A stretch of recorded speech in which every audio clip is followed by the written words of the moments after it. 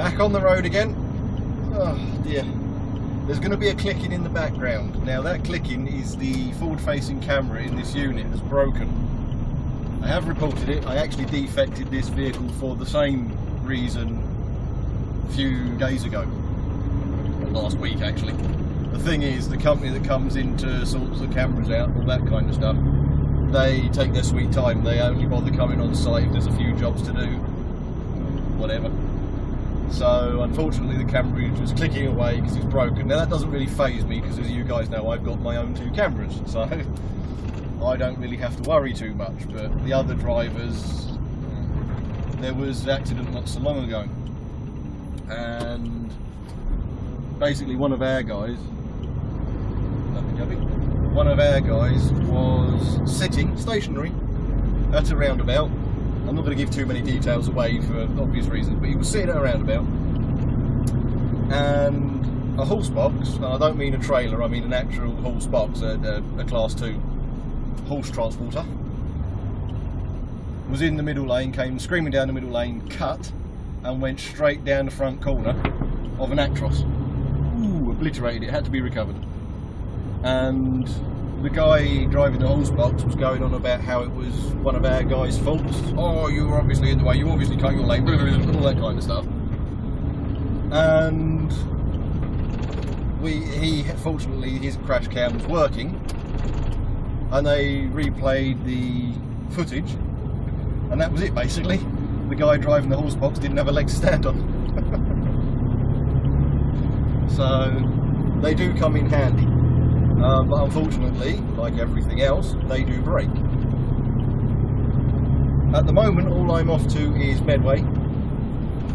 So I started at 10:30, it's now 12:30. The hold up on the loads. That's not the problem. That's not the fault of the company I'm working for. Recently, there's been a lot of accidents. The M4 was closed due to a truck overturning and the driver died.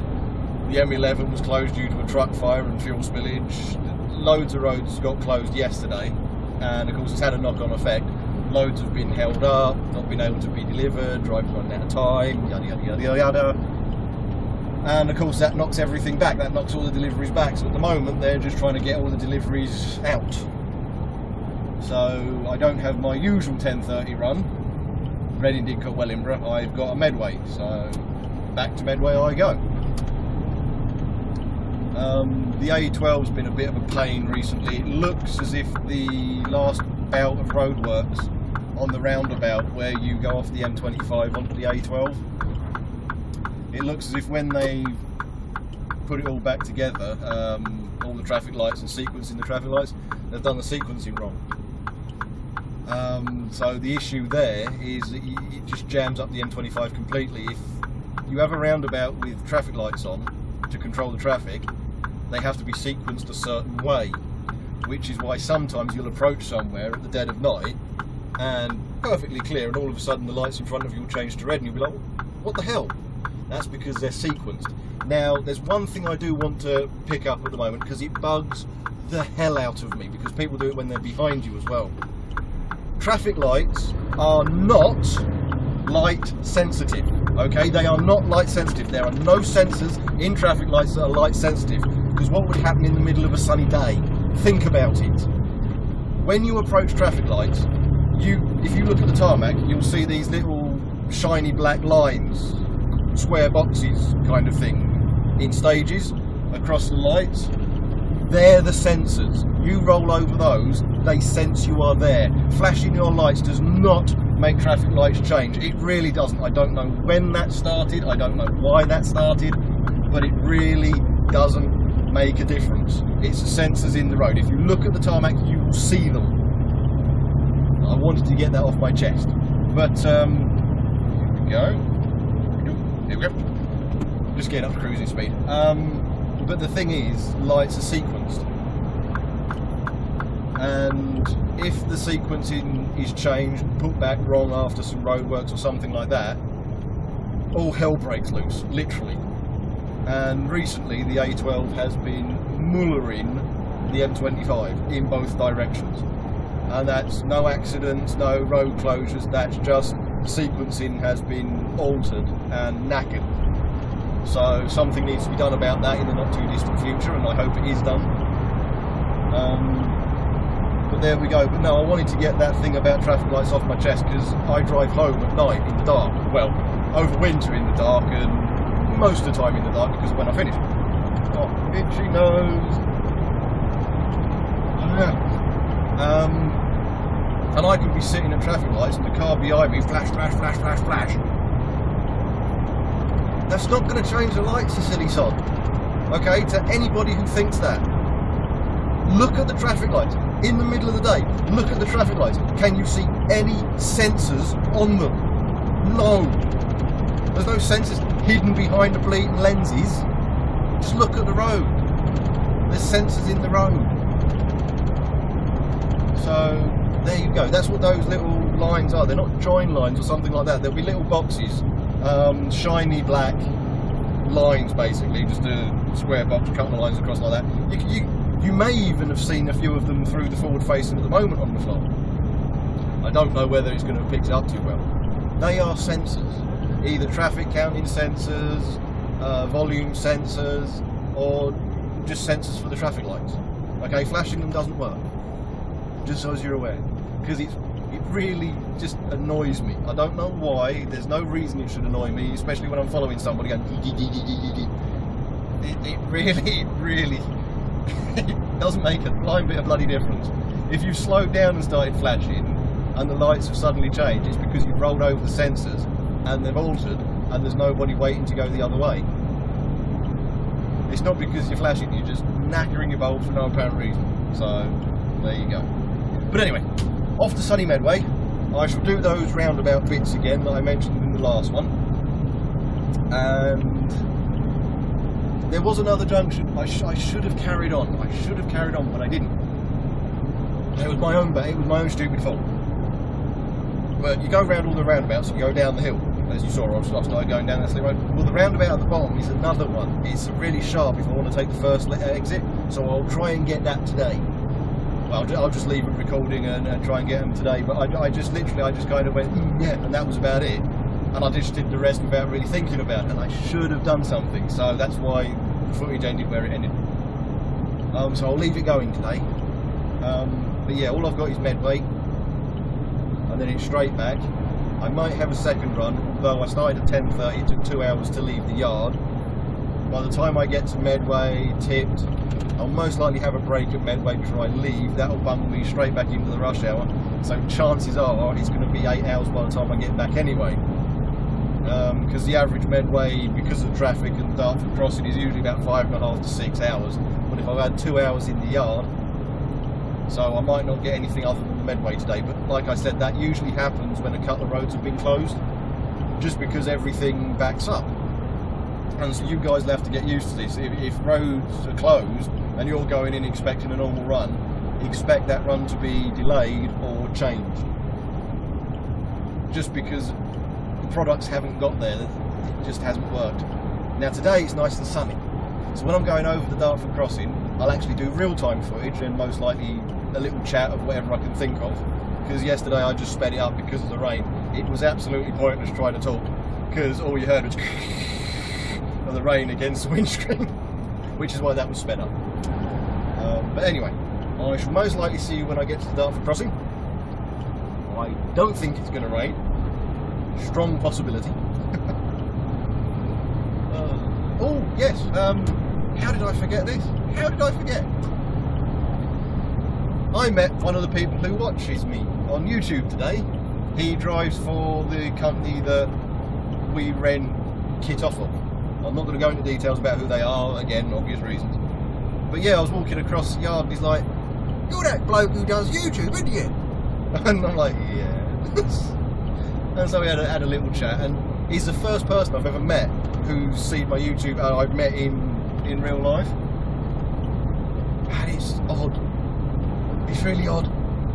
It was a weird feeling. I was like, "Oh, hi, thanks for watching." And yeah, it's bizarre. Well, I'm not used to it, am I? I mean, he's the first person I've ever met, bumped into because of YouTube, and it's really, really weird. Oh, one other thing, because I did it last Thursday, I've decided to shift it to Thursdays, and today's a Thursday. My weigh-in, anybody gives a crap, I have maintained this week. Last week there's been a few hiccups in my personal health. My other half had her hours cut and trying to find a different job, various bits and bobs like that, and just a couple of other things going on that I'm playing close to my chest. I hope you don't mind. So my diet has been a bit mostly healthy, but with the odd occasional whoops-a-daisy, you know, onion rings and stuff like that. Lovely, tasty stuff. But yeah, I've maintained, so I'm still 15 stone 5. I haven't gone up, which is a bonus, but I haven't gone down, which is a bit of a kick in the nuts. But I've maintained. So, just so as you're aware, changing your diet, I've maintained. Hopefully next week, by next Thursday, I'll have gone down again, and so on and so forth. But yes, I just wanted to throw that in. Anyway, I'll shut up, and I shall see you at the Dartford crossing. Well, here we come. Passing the exit for the A13. Oh, isn't this a lovely place? Absolute wonderful place.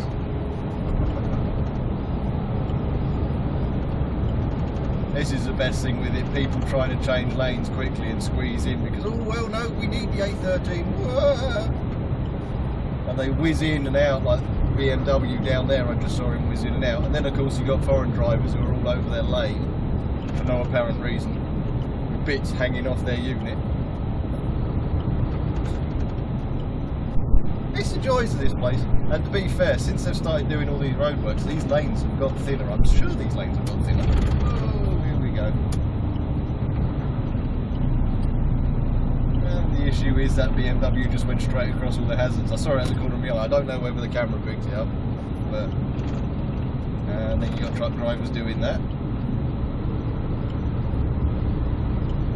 You see, this is the joys of this place. So there's that BMW. This is the joys of this place.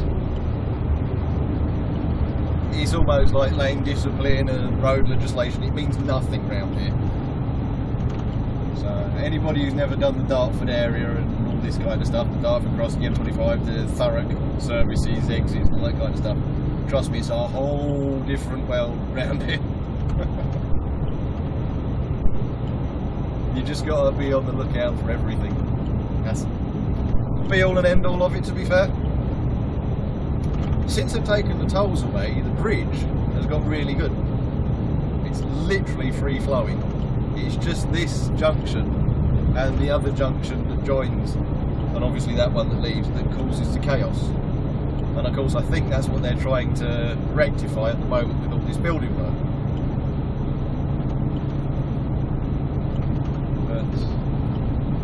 It just causes a huge amount of chaos because you've got people trying to join, trucks staying in this lane perfectly fine, but the people trying to join in their trucks have got weight on, they have to brake, slow down, they can't accelerate very quickly, knock-on effect, knock-on effect, knock-on effect, and you get traffic jam.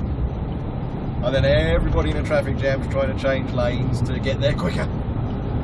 That just perpetuates the bleeding issue. So all I do realistically is realistically is the wrong word to use in that situation. All I do really is just slow down. Let everything go away from me. Change lanes safely without hitting BMWs.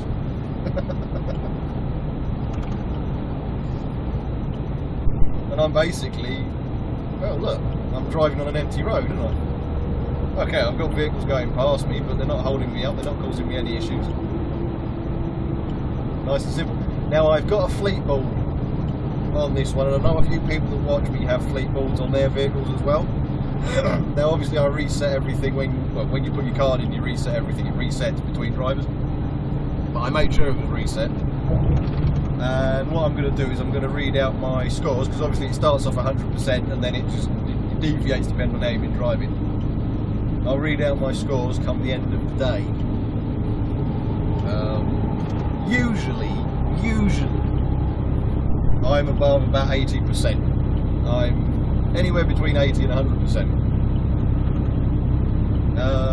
Medway, because of obviously I'm going to have the tunnels on the way back to start stops.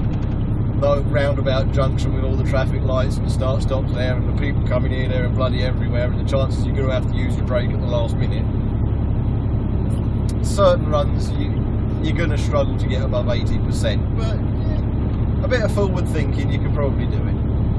But I'm currently, if I go to the top, evenly I'm at 93%, roll brake I'm at 93%, stop I'm at 94%, speed 99%. I did have to overtake somebody earlier, so I put my foot down. Use of continuous brake is currently 100%. Shift, well, I'm on cruise control in eco mode, so that's 100%. If you flick off of eco mode so you can do 56, hello, why is he slowed down?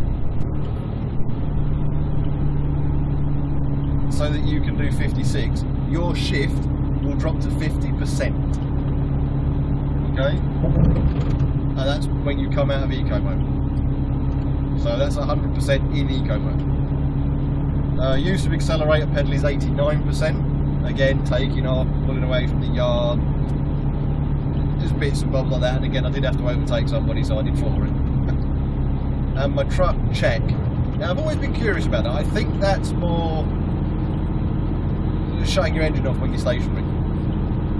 It's the only thing that seems to affect it, so I'm going to hazard a guess that's what it means.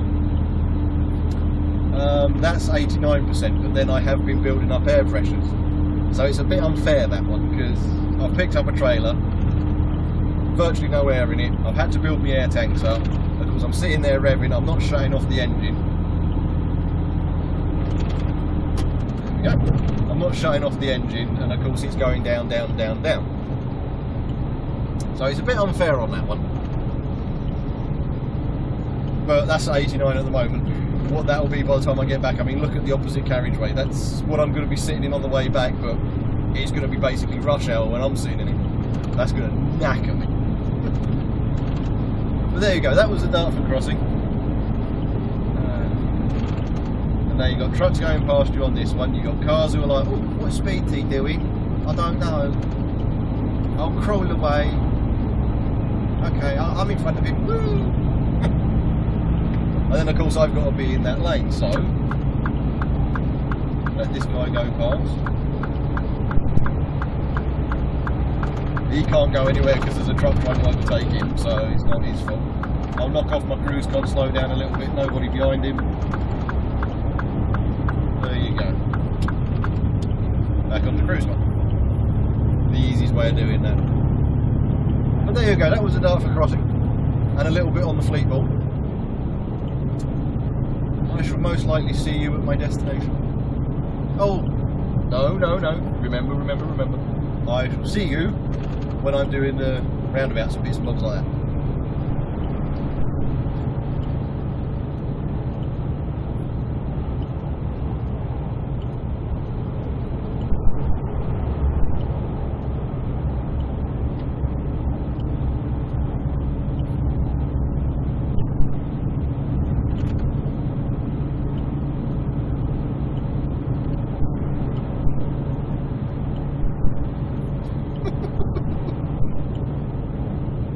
What a muppet! That's why I kept the camera, that's why I haven't edited this part out. I nearly said kept the cameras rolling then. Edited this part out.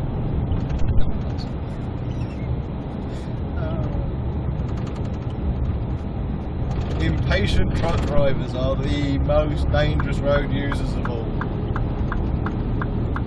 Because you can't swerve these very easily. What a plonker. He's really impatient. I mean, look at him. He's got to get somewhere quick. His arse is on fire. Look at that.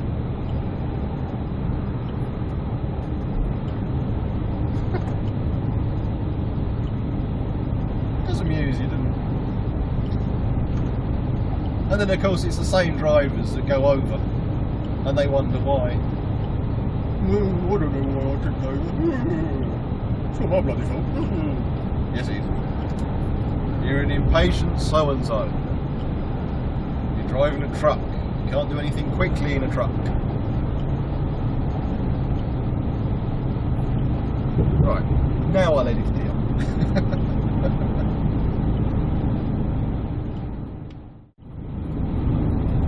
Here we come to that wonderful set of roundabouts. Joyful, joyful, joyful. It's kind of a good job I don't need to go into that lane because I've got somebody in a Czechoslovakian, I think that is, in my rearview mirror. I can't accurately read it, I think it's seen there. Just sitting alongside my rear axle, quite happily. Not really caring. But no, I don't need to move over, so it's all good. Now what I tend to do here is I tend to stay in the inside lane to begin with because when we get round this bend I've got a steep uphill section and I am loaded. So it does allow people to get past me. The issue I now have is that the twerp that's gone into that lane is in a 7.5 tonner. Hopefully he's not fully loaded. Now I'm going to start indicating, see what that MG... Oh, look at that. Well played, sir. Thank you kindly. Mr. MG. Now, they're going to change by the time I get there. Which is a real annoyance, because look how empty it is. I'm going to sit myself in the middle lane. Am I going to be lucky? Oh, look at this. Oh, look at that. I'll take a bit of that action any day of the week. That saved me a bit of a pain, because when you go round there, staying in your lane, your trailer cuts into the near side lane, which is usually turning left, and people don't give when they're in that lane, and so you've got to go wide, but people in that lane don't give. So you're kind of stuck. But that staying green, oh, it just saved me such a pain in the rear end. But anyway, these particular roundabouts, you really do have to stay in your lane. Now, realistically, I should be in that lane because I need to change. But I see Mr. BMW 1 Series who wants to make the green lights, though he has slowed down now. Right, so I can move into that lane nice and safely. Lovely. Now the thing with this is I remember the first time I ever did this. Now I was following PratNav and it did tell me what I'm looking for. You know, the lane to get into at the next roundabout, second exit, all that kind of stuff. However, this can be really confusing. Something similar to this can be really confusing if you've never done it before. Even if you've got PratNav. And you can end up in the wrong lane.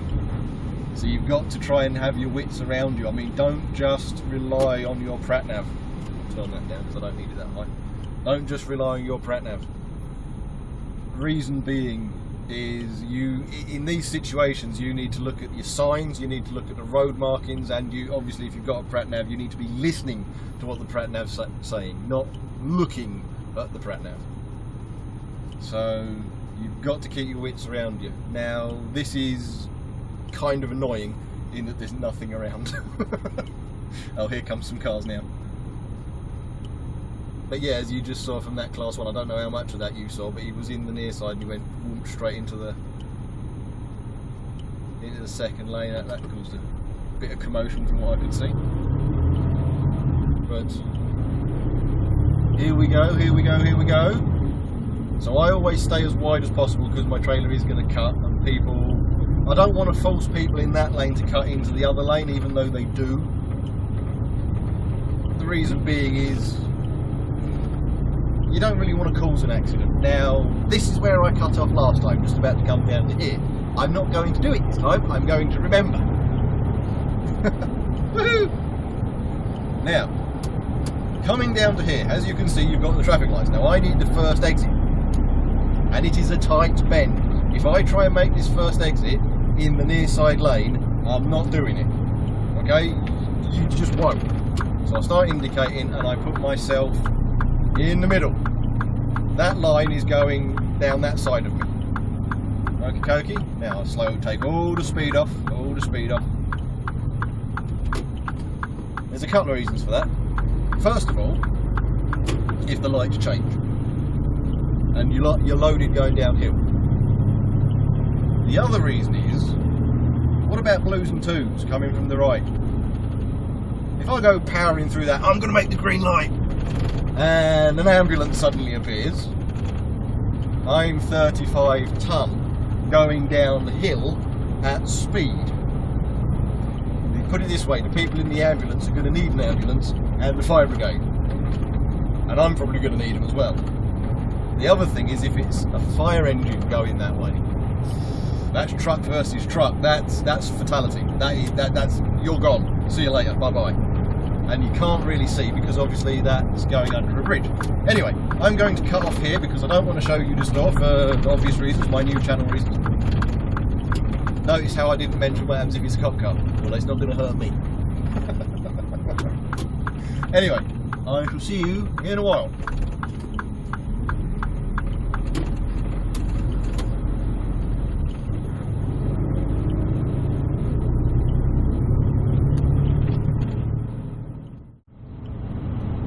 Welcome to the wonderful Dartford crossing, the tunnel side. Now you might be thinking, why the hell am I in these two lanes and not those two lanes? The reason being is I prefer going through the right hand tunnel. It's just personal preference more than anything else, but I always find that in the left tunnels you argue with a lot more people. A lot more people forcing their way in from the slip road, from the 206 from Erith. And again, when you get over the other side, everybody's trying to get off from the right-hand tunnel for the Thurrock services, Thurrock turn-ins and all that kind of stuff. And you just end up in just getting cut up left, right and centre, and it's just not worth it. Whereas in this lane, it doesn't happen as much. So that's why I'm in this one. But I thought you guys might want to go through the tunnels, have a shufti. But no, I always put myself in the right one, personal preference. That's all it is. Obviously, if you're over a certain height, it's probably better to put yourself in the right-hand tunnel because the left-hand one is 15'9". So if you find yourself being 16 foot, you're going to have a very emotional time in the left-hand tunnel. But anyway, getting back onto a slightly different point. A little while ago, I started renumbering my videos, as you know, because I want to go through and start getting rid of certain videos from before I started to take this a bit more seriously, because I never thought my channel would grow at all, to be fair. What I've decided I'm going to do, and I haven't got around to doing it because of various things going on in my personal life, it's just everything seems to have ground to a halt recently, trying to deal with everything. But what I've decided to do is every one of my videos with a hashtag in it, so a hashtag numbered one, I'm just going to delete. I'm going to get rid of. I'm not going to bother trying to go through them and pick out odds and sods, because then my numbering sequence goes all up divvy and I just can't be arsed. So what I'm going to do is I'm going to completely delete all of my hashtag numbered vlogs, so that all you're going to have left is from number 1 with the star, or asterisk, whatever the hell you want to call it. What I'm going to do with some of the hashtag ones, because like views in the mirror and putting in a digital tacho and like a tour of the inside of a cab, I'm going to redo them. I'm going to try and keep them to under 2 minutes 30, because if I'm going to be working with Ranny's Chrome, or however you say that name, then I might as well redo the shorter stuff, like putting in a tacho, what you should be able to see in your mirrors, a tour of the inside of a vehicle and all of that. I'll redo so as I can link them in and they can link it, and it keeps it all to under the 2 minutes 30 that they'd like. But it's just been in the back of my mind whether I should delete all of them or not. And I've just thought, well, all you guys who are subscribed to it in the moment, chances are you've seen them and you're waiting for the next new one. You're not too concerned about the old ones, you're probably not going to go back through them. So I thought I might as well just delete them. It just saves time. So I'll start doing that process as and when. So certain ones will start disappearing. and I shall start making or remaking them for new content. But I'm going to keep logos and things like that out. I know when I started renumbering, a little bit closer. I know when I started renumbering I hadn't redone my intro insert, but there's no number plate on it. It's not giving the location of the store that I'm at away. It's a bit of free advertising that I'm sure nobody will care two jots about. Put those on. But no, all my hashtags are going to disappear. Simple as. But anyway, this is the wonderful Dartford tunnel. Now, I didn't take my break whilst I was at Medway. I added up all my POA, worked out what time I need to be back in the yard by, figured out I had 3 hours, more than enough driving time, and I'm trying to skirt round rush hour. It's 10 past 4 at the moment. 16:10. I was going to say 16:10 just then. I'm like, but yeah, it's 16:10. So there'll be a couple of small hold-ups, but nothing major. And as you can see, this is actually pretty free-flowing for the Dartford tunnels, as most people who've been doing this for a while will no doubt agree with me on. This is actually pretty free-flowing. But yeah, I thought you might like to see the old Dartford tunnels. But you'll see what I mean when we get up here about the near side. Now, sod law is, it's all going to be free-flowing and nobody's really going to be cutting anybody else up. But if you have a shuft,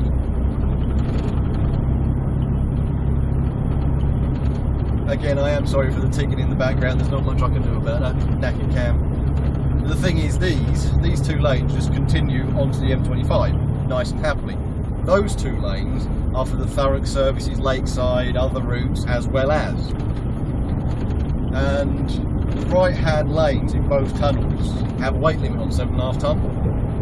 So we're only allowed in the left-hand lane. Now in that one, as you can probably see, the left-hand lane is dedicated to Thurrock and the services, which means when you're in the left-hand lane after the tunnel, you've got to get into the right-hand lane.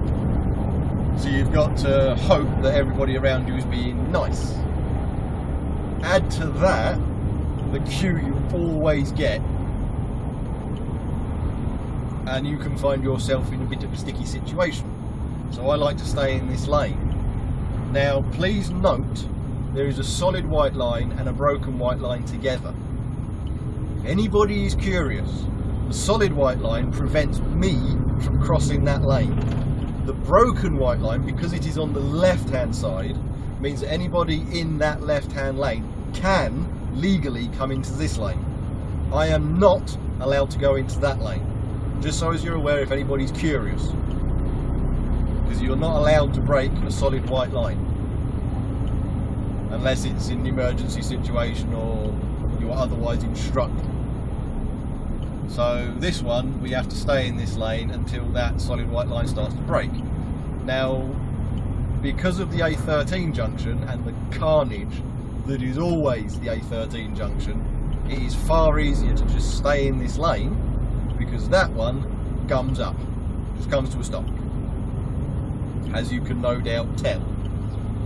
And everybody trying to, oh no, I've got to change lanes, I've got to get in here, is why we're going slow at the moment. There we go. Oh, I thought he was going to accelerate then, he didn't. But always watch out, because some people in that lane are going to want this exit. Who they are, most of the time you can't tell until they go zooming past, your indicator comes on, then they're in front of you and slamming on their brakes to get into that gap. So give yourself a bit of a time, don't go too quick, and just allow things to wander along.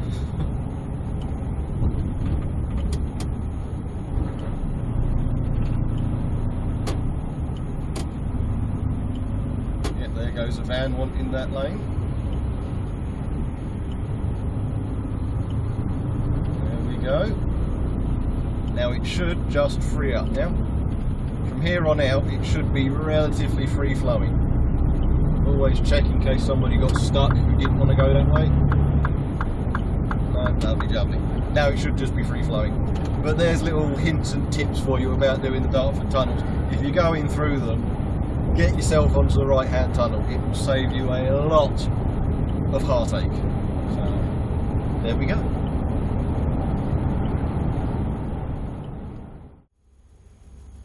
Well, I'm down for an Enfield for my second run.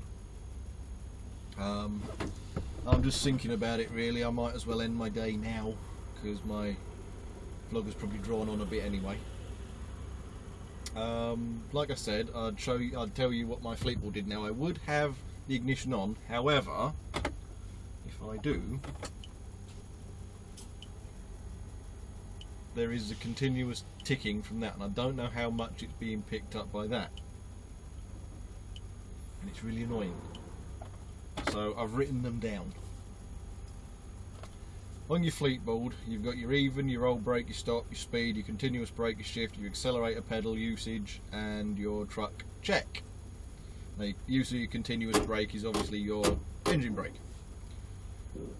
Now I did the Medway, I came back, obviously you saw some of the traffic, I went through the tunnel, of course that knackered my accelerator usage because it's start stop all the way. And the unfair thing with Fleetball is it expects you to drive on cruise control.